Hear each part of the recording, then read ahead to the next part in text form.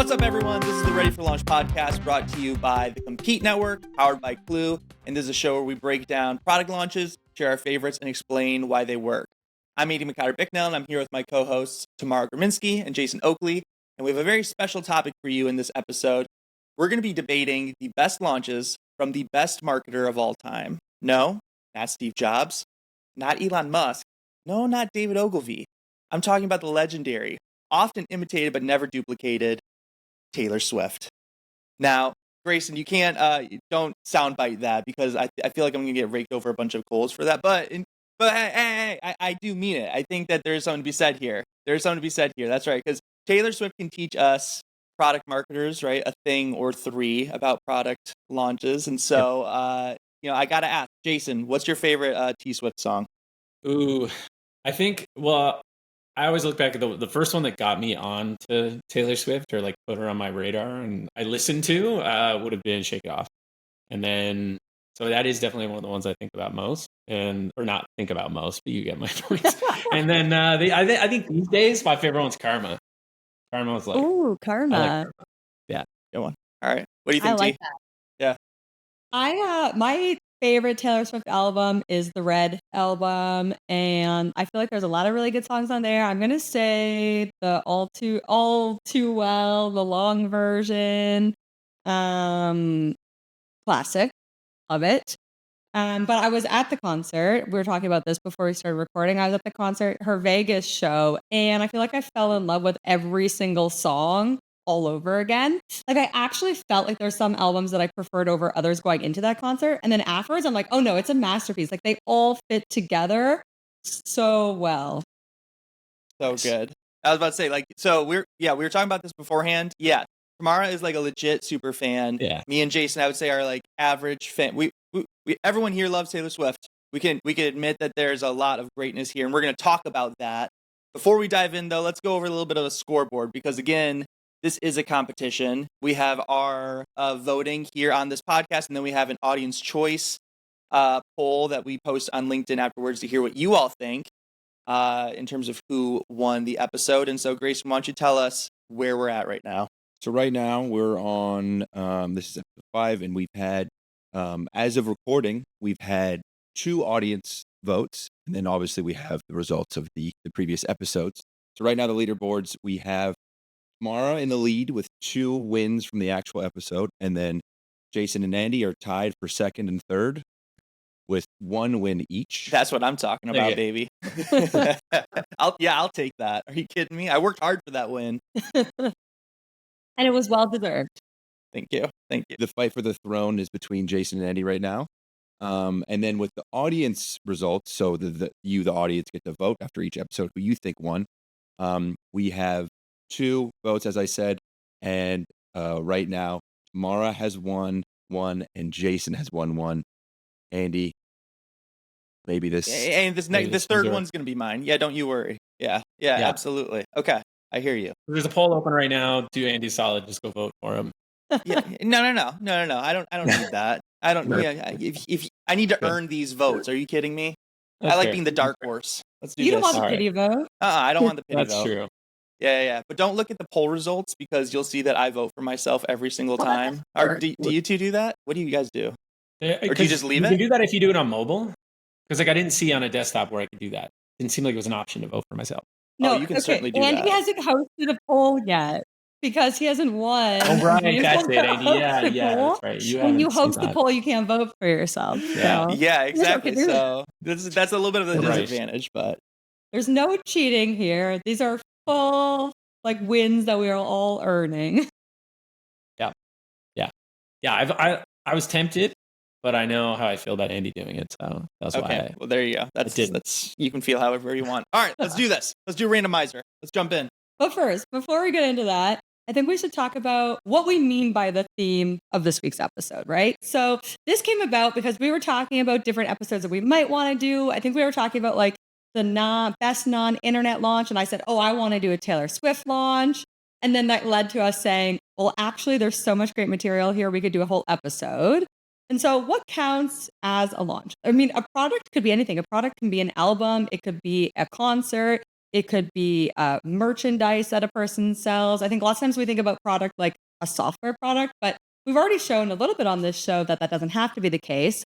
So I think we agreed that we would each take a different major launch that she's done. And I think we're all choosing maybe an album. I'm actually not sure yet. But that's basically it. So we'll talk a little bit about like how did she launch that? What were the techniques that she used? And then how can we apply that back to our own product? Yes. So in Taylor Love it. Swift's words, are you ready for it? Ooh, okay. All right. I am ready for it. Let's get it. And by it, do we mean the randomizer, the legendary randomizer? I We think are that's ready what she for meant. it. I think That that's is it. That's exactly what Taylor Swift meant when she wrote that lyric. Okay, let me click randomize. Tamara is first, Ooh. Jason is All second, right. and Andy is third. Here we go. Let's do it. 3, 2, 1. Okay. I love them going first because the launch that I chose is actually her most recent one. So it's the launch of her new album, her upcoming album, The Tortured Poet Department. It's going to be her 11th studio album, which is crazy, considering she was born in 1989. And she's coming off of her hottest year yet in the middle of the Eras tour. So there's already a lot of hype and excitement here. I love this example because I actually think it demonstrates how she's been able to put into use so many different techniques that she's mastered over the last few years. So I'll talk a little bit today about like puzzles, themes, the concept of community-led growth. And so I love them going first because it's almost like the culmination of everything that she's learned previously. So important context, though, before I go into why I chose this launch. Leading up to the announcement of this launch, Swifties everywhere were waiting for the announcement of Reputation, Taylor's version. So she only has 2 more original albums left to re-record. And a Reputation everyone felt like was going to be the next one up. And people have been decoding Easter eggs for months now, thinking that she's teasing a Reputation announcement. So that's really important context. So the reason I love this launch, I broke it into 2 parts. I'm going to talk about the announcement day, and then I'm going to talk about before and after the announcement. So the announcement day, February 4th, the day of the Grammys. And things start early. So we wake up and she's changed her profile pictures on all of her social media platforms, and now everything is black and white. This is important because the Reputation album is all black and white. So everyone thought like, oh, today's the day. This is going to be it. Then her website is down the entire day with an error message. But the error message isn't actually an error message. It's a word puzzle that when you solve the word puzzle, it says red herring. And so it's like, oh, is she telling us that what we think is happening today isn't actually happening today? Like people are like buzzing. So now it's the red carpet of the Grammys. People feel like something's definitely happening today. She comes out and she's wearing like a white and black outfit. Again, very Reputation vibes. She also has this like choker on with a watch. It's set to midnight. Her midnight album is up for an award, but also does that mean she's announcing something at midnight? So like the internet has gone crazy. Everyone is watching. And so by the time she wins, goes on stage to accept her Grammy, everyone is just like waiting with bated breath. But no one expected what she actually did, which was basically she turned her Grammy announcement, like acceptance speech, into the announcement of her new album, The Tortured Poets Department. So everyone's like freaking out. They had no idea she's been working on it. She says she's been working on it for 2 years, and it's this big secret that she's been keeping. And I love this because actually something more important was even happening. So she won Album of the Year for the 4th time. And she actually set a brand new record with this. She's the first and only artist to win 4 times. And that accomplishment in itself was completely overshadowed by how like excited the world was about the launch announcement. And like I cannot think of many other products that your product announcement gets that much excitement, right? So then she runs off stage. She says she posts on Instagram. I'm sure it's her team doing it. But she follows up with like the album cover and a little line from it. And then in less than 24 hours, there's more than 13 million likes. And the album surpassed the first hour pre-order for Midnight, the previous album, in less than half the time. So people are like ready and waiting. They want to buy it. And what I love about the Grammy announcement is obviously there's so many things packed into this one launch day, but she didn't like create this event herself. She basically hijacked the Grammys. and used someone else's platform. But also, she like anchored this new product in her past success. She doesn't need to talk about her past success, we all know. But she basically was like, do you love this Grammy winning album? I've got another one ready to go. It's like the ultimate testimonial, right? Okay, so that's Grammy Day. That's the day of the announcement. But what I think makes this launch even better is that she was able to generate buzz and excitement both leading up to the Grammys and then after. And I think this is the magic of Taylor Swift, is that she keeps people so engaged in everything that she does. It really is a community, right? We're Swifties. So every choice that she made about this product was an intentional one, we think. And this is kind of the fun of Taylor Swift, is like no one knows if like we're making this stuff up or if she's intentional about this. But here's some of the things people are talking about with the album. So the album launches on April 19th. The day that that album will be released is exactly 1 year to the day when her best friends, Blake Lively and Ryan Reynolds, unfollowed her ex on Instagram. And this is like a very important day in like the Swiftie universe, right? Because this album is meant to be the breakup album with that ex. The name of the album is a hint towards Joe's, her ex, WhatsApp group. So he had a group chat called the Tortured Man Club. And this is now called the Tortured Poets Department, right? So it's like, come on, there's so many similarities there. The theming of the album is top notch. I think we talk a lot about launch themes, and she totally leans into this idea of like a poet or a writer. Instead of songs, they're called files. The aesthetic of the album and everything, the lyrics, it's very this like dark academia look, which is very on trend right now and definitely plays into this idea of almost like the Dead Poets Society, if you remember that movie.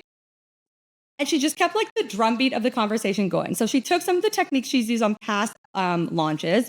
And one of them was to have exclusive artwork and songs on different versions of her album. So she announces 4 special editions of the album, physical editions. Each one will come with their own exclusive song and its own artwork. And she didn't just announce them on one day as well. She kind of drips them out over a series of weeks.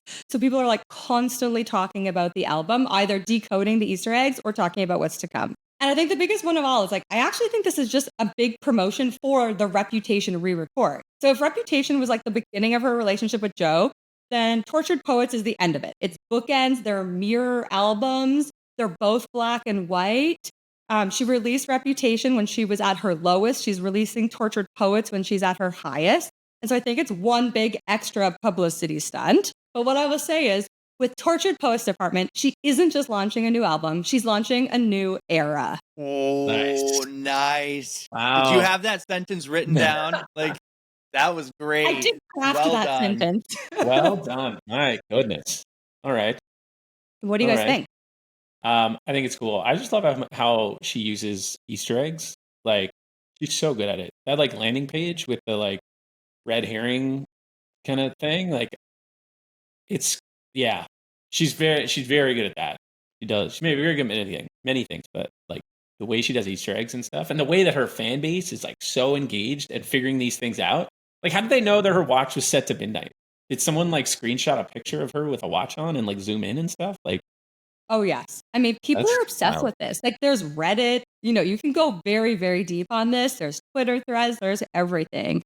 And I think that's what I loved about this launch is like people are constantly decoding everything she's doing, everything she's wearing, anything she releases. But with this, it was like because there's so many things on one day, people were like watching the whole day, and almost this like movement came up on that day to be like, what is happening today? Today feels important, and no one knew until the end of the day why it was important, which was kind of that is I so just- cool. I just think it's so badass that they planned this entire launch based on the fact that she's going to win album Gonna of win. the year. I Like, know. all right, let's just assume that you're going to win the most prestigious musical award of the year. And then when you do that, X, Y, or Z things, like, do you think that they had a plan B if she didn't win, or what do you think? Yeah, I think so. She was up for a lot of different awards between album of the year, like pop vocal album of the year. There was a song nomination. So I think the plan was probably like whatever your first award is, then you launch that. Maybe. But I did see some stuff online being like, I wonder what the backup plan was. Yeah. Like, what if she hadn't won anything? I mean, then maybe she still would have posted on Instagram, and all of the other things that happened that day would have also made sense. Like that's what I loved about it too. It's not like her being on stage at the Grammys was the only thing that made that day successful. It was one of many different things. And so they all intertwined together. Right. Maybe she would have walked up on stage with the person who was getting it. She would have taken it and then said, I'm going to let you finish. Oh, yeah. Oh, Kanye West move? Yeah. And then made her announcement. Oof. That will be. Well, people who know Taylor Swift will know what I'm talking about. Yeah. Oh, that's old school Taylor Swift. That It was is, that like yeah. her first album? No, that was a music video. That was the VMAs, I think. don't know. Yeah. But Kanye was the one who went up and took it. Yeah. He thought someone else should have won it, right? Beyonce. Yeah, he thought Yeah, it should have exactly, been for all single ladies. I do remember there you that. Now, man, all these memories are flooding back. It's crazy too. Taylor Swift is she's still so young.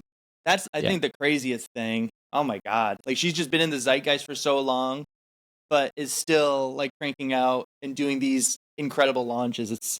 It's wild.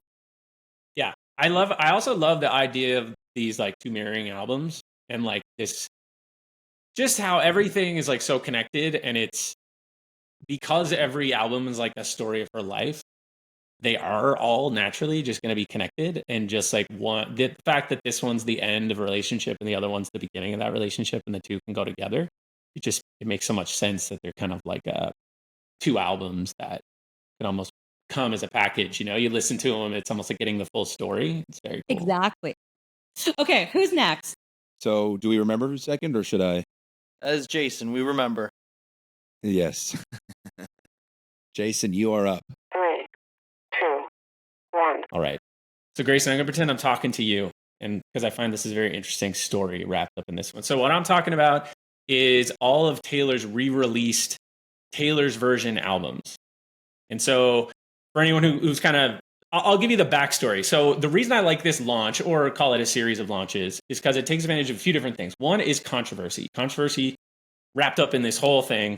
But it's controversy involving Taylor, but it also is made into a bigger story than that, and something more than just one person and the rights to their music.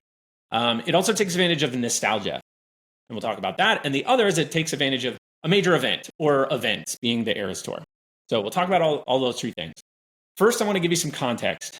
So in order to understand this, you should understand the backstory. So Taylor's been around. She recorded her first album, or released her first album in 2006. When she signed in 2005, she was 15. She signed with a record label called Big Machine Records. Part of that deal was that she didn't own the rights to her music. She didn't own the masters. And I'm not an expert on music rights and all that, but not owning the masters means you don't own those studio recordings, meaning that you can't decide necessarily like when they're played, if they're used in like a commercial or in a movie or in a documentary or anything like that. Like you don't own the rights to that music. And so Taylor always wanted to own her masters, own the rights to her music. So in 2018, she announced she was leaving them and signing with Republic Records and Universal Music Group. Part of that deal was that she now owned her masters. Like any album she made with them, she was going to own the rights to it.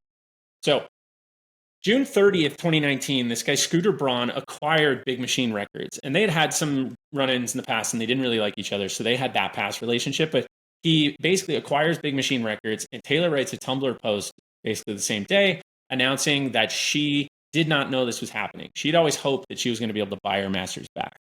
So she was always going to hope that she was going to be able to go to Big Machine Records and buy her masters and own the rights to her music.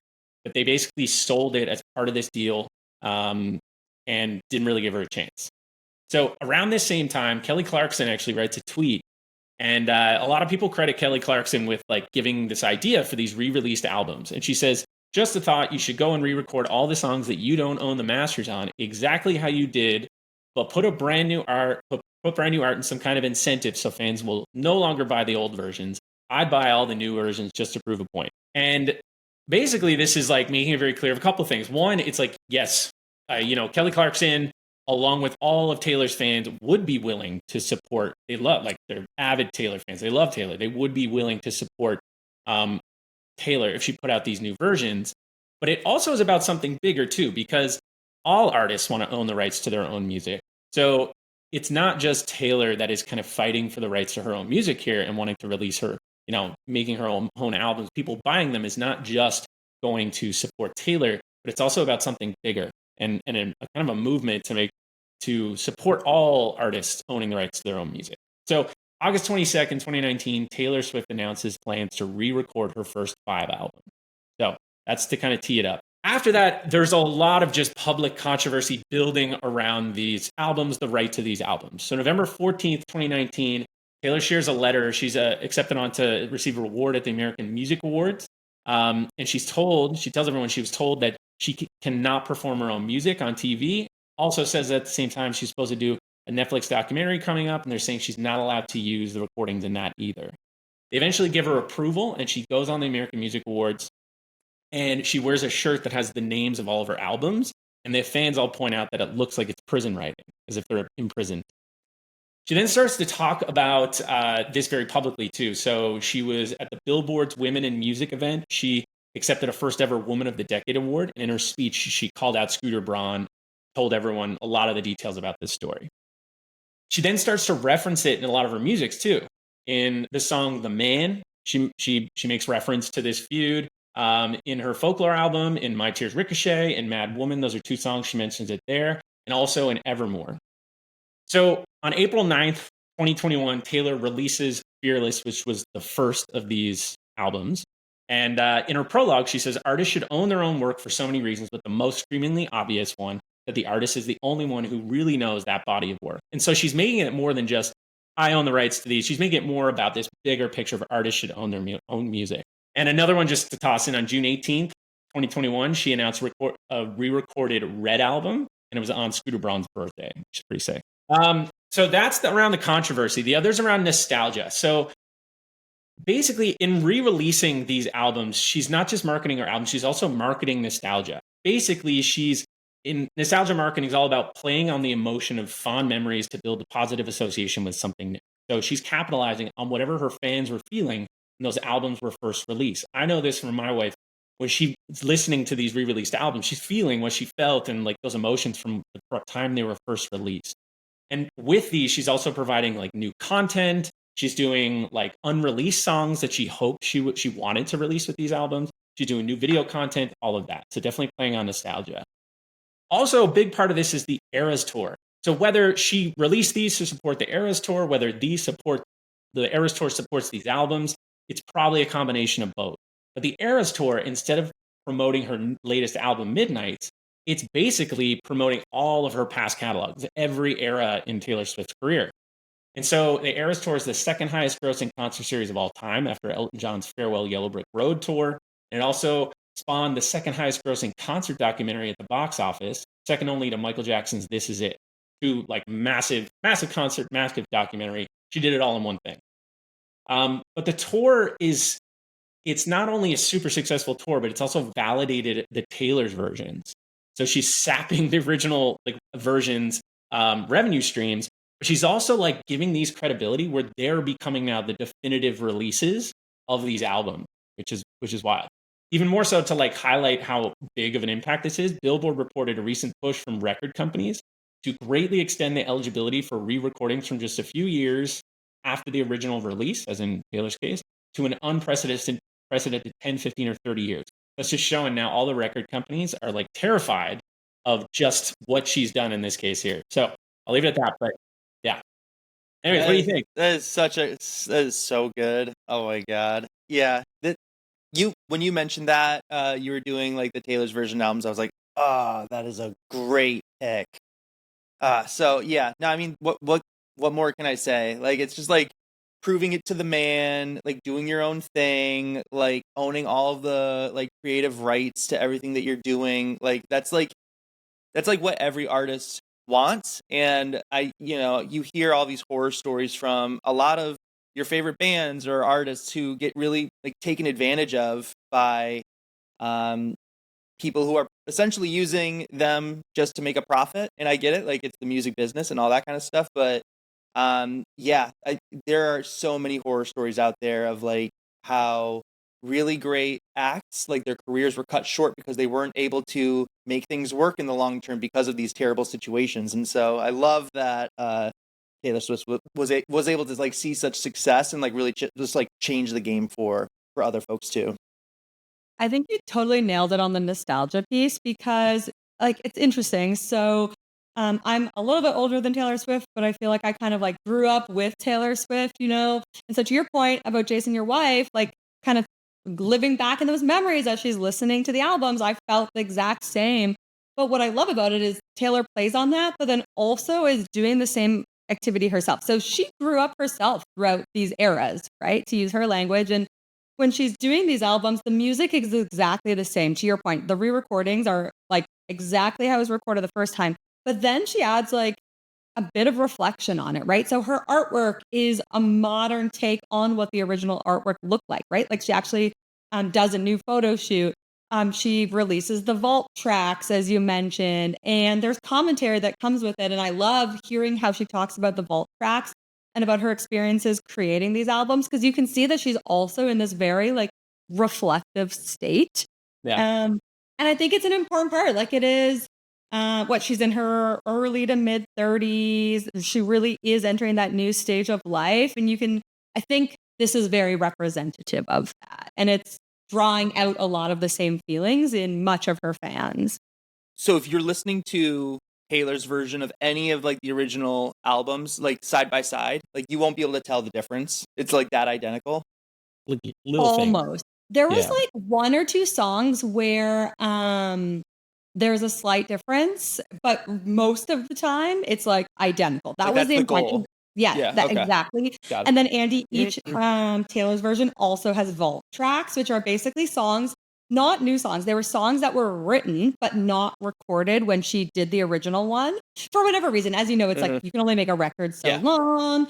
And so that's kind of fun. And actually, it's my favorite part of all of the Taylor version albums because of like new music. This is so exciting, right? Yeah. Yeah. And yeah, the yeah. one, like your favorite song of her Yes. all time, like she made that one longer. Like she added to it and did it. Yeah. That's exactly it. So the cut of it that was on the Red album was like a regular length, I don't know, 3 minutes and something. And I guess this whole time there was this like super mega long version of it, over 10 minutes long. But it was like, no one's going to listen to a 10-minute long song.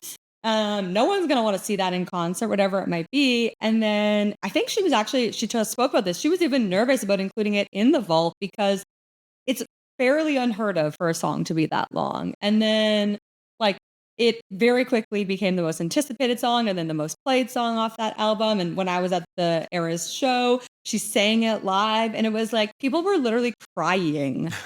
They had such a reaction to it. Like, no, it's true. Yeah. There was so much emotion tied up in it. And the song itself has so much emotion. So people are like, some of people's favorite songs from Taylor are now vault songs, which is like really cool. That's cool.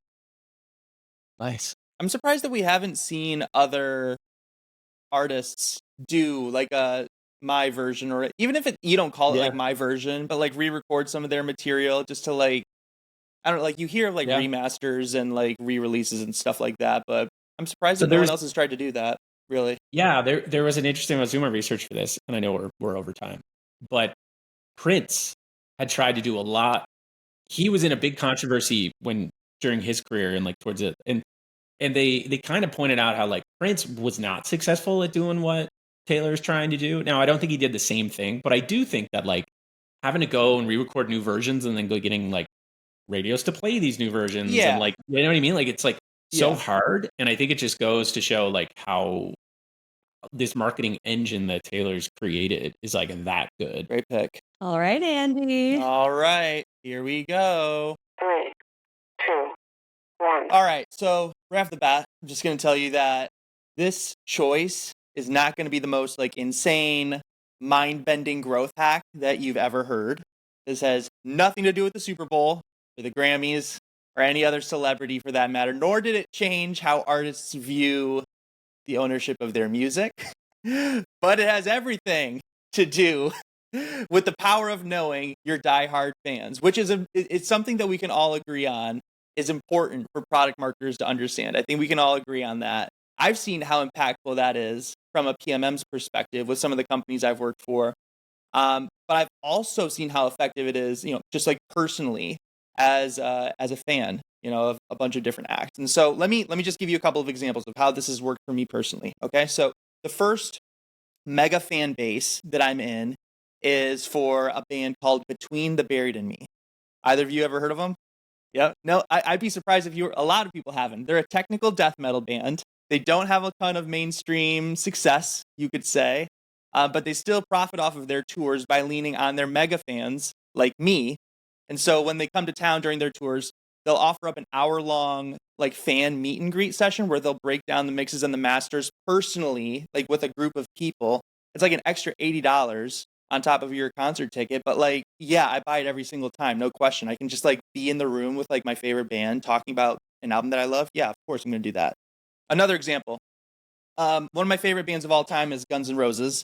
And when they were writing what would become their Use Your Illusion albums, they thought that they're just going to do a double album, like one album, just like really big. And they knew, though, that if they were to release that, the record stores would just store it in a protective case because, you know, they're going to be more expensive and people like they could shoplift it and it'd just be that much more of a loss. And that they didn't want that. Guns N' Roses didn't want that because they knew that it was really important for people to be able to feel like the albums and like just like easily purchase it. If you like put in that extra layer, like protecting the album or whatever, you would probably sell a little less. And so they ended up releasing two albums, Use Your Illusion 1 and Use Your Illusion 2. It would end up costing more, but they knew that it wouldn't be an issue for their fans because they were hungry for new material at the time. And they were right. And both albums ended up being the first to be in number 1 and 2 on the Billboard charts, respectively, from one band at one time. And so, anyway, back to Taylor Swift. She's done a bunch of stuff for her diehard fans. And this is, again, like why I'm like tying back, like why it's so important and why I think this is so cool. And like the thing that I think was probably one of the most profitable things that she ever did was releasing the 4 variants of her album Midnights. So for those that don't know, Midnights it is an album that she released in 2022. And it was her 10th studio album. And like I mentioned, in addition to this album being released on Spotify and Apple Music to stream, she also released 4 physical album variants that came in different colors. And so it came in Moonstone Blue Edition, Jade Green Edition, Blood Moon Edition, and Mahogany Edition. And so each version includes the same 13 songs on the standard album, which I think Moonstone Blue is like the standard.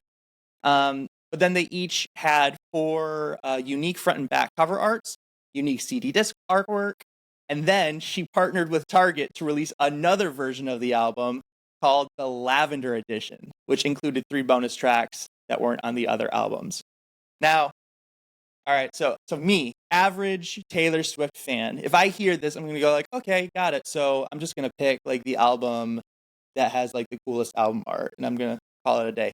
But if you ask a Swiftie, like what they're going to do, they'll be like, oh, okay, I have 5 albums that I need to buy, not just one, right? And so, and indeed, that is what happened, right? So this Midnights was the best-selling album of 2022 and the second best-selling album of 2023. And I believe it was partially due to the fact that her mega fans purchased multiple versions of the same album. And it must have been successful because she even did the same play with her new album, like Tamara mentioned, Tortured Poets Department. And so, in either case, like I mentioned, this was not like the craziest release ever. This was very, very simple, and it just 100% spoke to the people that she knew would show up for her, which were her Swifties. And so I thought it was a genius move. Very simple, but in either case, that's what I got for you. That's awesome. Okay, so I thought I remember that you were going to do that, which was why I touched on it gently in mine, but I actually think there's something interesting we could discuss here. Because I think some of the, I hear 2 sides, so also controversial. Some fans are like, this is amazing. I want to collect them all. They're collection items. But then other people are saying Taylor Swift is just trying to gouge her fans, right? And make more money. But I don't think that's the case. And so I think that maybe this is an interesting conversation for us around the concept of like pricing at product launch and the idea of like an add-on, right? Because I think what I'm hearing you say, Andy, is that like you're viewing this as value adds, right? And yes, there's a way for Taylor to monetize it. So it's like, it's good business sense for her. But it's not like she's making everyone buy this. She's just saying, like, if you do want to buy it, there's 5 versions. And so it's like for the same thing we think about add-on pricing and product launch, that's for the people who have a very high willingness to pay. There's only a few of them, but for those people, they want to be able to get that thing. And I think that's what we're seeing here with the example of the unique albums as well. Yeah. I mean, 100%. It really just depends on like on really the product at the end of the day, and just like how much value add the thing is for like bands. I mean, I've seen like original pressings of records go for like tens of thousands of dollars. And so like when I see, oh yeah, like if you want these other 3 versions of the same album you bought, like it'll run you another maybe $100 kind of a thing. Like, I don't know. At the end of the day, like, is that really like affecting people in the way that to me that's a little bit of like a, I don't know, trying to find some kind of like conflict or like issue when I don't really think there is one there. The bottom line is I think that, yeah, like you're offering something extra to the people who claim to be like the biggest fans and want to get that extra stuff. And so I don't know. For me, I don't think that that's something that's crazy, like would be super expensive. I have seen like other meet and greets, like with artists where it's like it runs you thousands of dollars just to like get like a high five from the guy or gal and like an autograph or whatever. I think that might be a little like iffy. This one personally, nah, I don't think that's an issue. Yeah, that's an interesting point. So then, what was the big difference between the albums again? So I know the Target one, they got 3 new songs. Did every album they get new songs, or was it mostly? I didn't see cover art and that stuff? they got new songs, but yeah, it was like different cover art, different like CD, like the CD artwork as well. And I think like the inside like booklet might have been a little bit different as well. By and large, it wasn't like crazy different. If you put them all together afterwards, like if you got like all 4, then it also like was a pretty cool, like maybe you would like want to hang it up and it could be like artwork or something like that. Yeah, that's interesting. So it had that angle too. It's cool to think about that thought, like what the, I don't know, the thinking process around that pricing must have been. Because if you looked across all the different ones, the different add-on you got was like new cover art. So could she release the album and then release like 5 different pieces of cover art and charged for those? And then they probably would have been like, well, you can't charge that much for cover art. But you can charge an album. And we know how much people pay for an album. So then it's like 5 albums, even though the only difference is cover art. It's just like an interesting thought around like pricing and packaging and like what people associate with like a type of product and how much you typically pay for it. Yeah, I don't know. Just Yeah. it's interesting. Another thing that comes to mind, and I have no idea if music works this way or the algorithm on Spotify or whatever, but on Netflix, how like there's actually different versions of the movie art as well, or the TV show art. And like what art I get shown might be completely different than what you two get shown based on our past viewing history. And I always think like, okay, how strategic would this be? Like, wow, by giving herself 5 options of different album art, maybe that would make the algorithm favor some of that too. And so it's just like another marketing play, right? When you have Yeah. more variations that can be surfaced to different people that they might be attached to in different ways, it'll like make them more likely to watch, which is what happens on Netflix. But I'm thinking maybe it might be similar in Spotify. I have no idea. Some performance marketing element to this. Yeah, you're right. Exactly. I feel like that is a very practical thing that you can take and apply. I don't know how. I'm trying to think of like an example in the SaaS world I that we know, all like live in. something that's like well, you know what? Honestly, I mean that's like a big thing with like NFTs at this point. Even though those are Yeah. probably not like as popular, like might not be the best example of something working, but in either case, yeah, like it's a little bit trickier with SaaS. I think I would have to try to think of different examples Yeah. of like how that would work. But like, and another thing too, though, is it's funny that people would be like, yeah, she's trying to gouge her fans to buy all of them, but yet there's people who go to like all her concerts, right? Like, Yeah, there's people who come go to on. multiple of the same concert or go see Dune like 10 times or something like that. Like, there's if you like an artist and you like the work, you'd be willing to at least this way. She's giving them something. They want to support her. She's giving As them long as they something like it, different. then that's the end. That's the end goal. It's just to give fans something that they like, and if people like this, then cool. If you don't like it, then don't go off and buy it. Yeah. Totally. And that's what Taylor Swift does so well. Is like she's literally built a whole movement around her, right? And she listens to the fans and then she gives them what they want. And then that makes them want to engage with her even more. All right, so we're gonna send our votes over to Grayson. Exciting to see these roll in.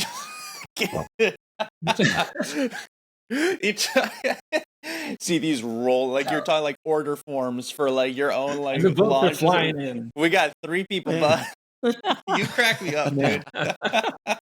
It's exciting here. I got tallies right here. Got a whiteboard. I gotta keep them on their toes. Like a telephone or something. The results are in, and unlike last episode where it was a 3-way tie, we actually have a winner. Oh man! Drum roll, please. Tamara has won. Tamara!